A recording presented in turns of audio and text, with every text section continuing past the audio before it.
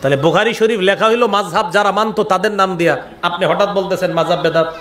ইমাম বুখারীও হাম্বলি মাযহাব মানতো, তো ইমাম বুখারী বেদাতি। কেউ কেউ বলেন উনি শাফি মাযহাবের ছিলেন, তো উনি কি বেদাতি? নাউজুবিল্লাহ বলেন।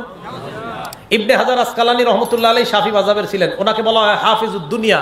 পুরা দুনিয়ার এমন কোন বিদ্যা নাই যা আল্লাহ ওনারে দেয় নাই। উনি এত কিছু বুঝাও শাফি মাযহাব মানলেন। ভাই ঝগড়া করবো না আমরা, এটা মনে রাখবেন।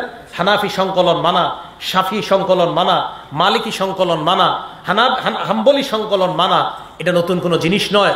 সাধারণ মানুষ যেন একটা জিনিসকে সুন্দরভাবে মানতে পারে, এরকম একটা সংকলনের নাম হলো মাযহাব। আপনি এক জাতীয় হাদিসের মধ্যে বিক্ষিপ্ত হাদিস, একই বিষয়ে একাধিক হাদিস পাবেন, আপনি কোনটা মানবেন? মাযহাব আপনাকে বলে দিবে তুমি এমন একটা পদ্ধতি অবলম্বন করো, যেই পদ্ধতি অবলম্বন করলে নবীজির হাদিস আর আল্লাহর কোরআনের সমন্বয়ে আমল হয়ে যায়, এটার নাম মাযহাব। ও এই জায়গায় যদি কোনো আলে হাদিস ভাই থেকে থাকেন, আপনাদেরকে একটা কথাও কষ্ট থেকে বলি নাই, কষ্ট দেওয়ার কোনো নিয়ত নাই। আমি বলছি কি, আপনারা ঝগড়া করেন না। মাযহাবী ভাই যারা আছি, লামাযহাবী যারা, কেউ কারোর সাথে ঝগড়া করেন না। দেখেন এই মুস্তাহাব জিনিসগুলা নিয়ে আমাদের মাঝে ঝগড়া হইতেছে। হাত এইভাবে উঠানো, এতটুকু উঠানো, এতটুকু উঠানো, এক এক ইমামের নিকট মুস্তাহাব, কোনো ওয়াজিব বিষয় না।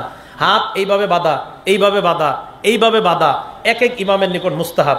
এখন বলতে পারেন হুজুর আপনি কি করেন? আমি এটা করি কানের পর্যন্ত। কেন?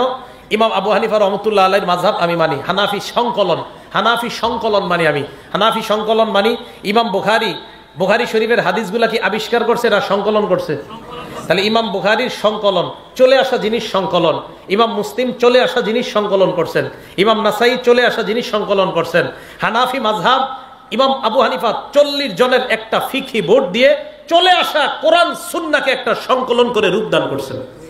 তাহলে কোরআন সুন্নাহর সংকলন এটা নতুন কোনো ধর্ম না, চলে আসা জিনিসকে লিপিবদ্ধ করা। বুখারী শরীফ নতুন কোনো ধর্ম না, চলে আসা জিনিস লিপিবদ্ধ করা। মুসলিম শরীফ নতুন কোনো ধর্ম না, চলে আসা জিনিস লিপিবদ্ধ করা। হানাফি মাযহাব নতুন কোনো জিনিস না, চলে আসা জিনিসকে একটা জায়গায় সংকলন করা। শাফি মাযহাব নতুন কোনো জিনিস না, কোরআন সুন্নাহকেই কোথাও একত্রিত করা। এজন্য আপনাকে আমাকে উল্টা পাল্টা বুঝ দিচ্ছে যে তুমি হানাফি মাযহাব মানো, তুমি ভুলের মধ্যে আছো।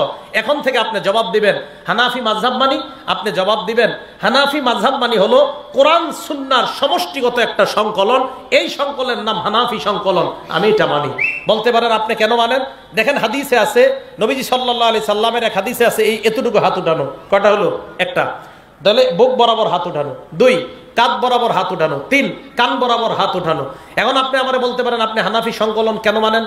আমি মানি এই কারণে, 1 নাম্বার বুক বরাবর, 2 নাম্বার কাঁধ বরাবর, 3 কান বরাবর। তাহলে নবীজি কয়টা কথা বলছে? 3টা। এখন আমি দেখলাম সর্বশেষ সীমানা হলো কান। এখন এই কান পর্যন্ত আনলে দেখেন তো বুকের উপর হাত উঠে কিনা, কাঁধের উপর উঠে কিনা? তাহলে কান পর্যন্ত আমল করলে নবীর 3 হাদিসের উপর আমল হয়ে যায়। এখানে 1 হাদিস আমল হয়, 2 হাদিস বাদ যায়। কাঁধ বরাবর 2 হাদিসের উপর আমল হয়, 1 হাদিস বাদ যায়। কান বরাবর 3 হাদিসের উপর আমল হয়ে যায়। এটাকেই হানাফি সংকলন বলা হয়।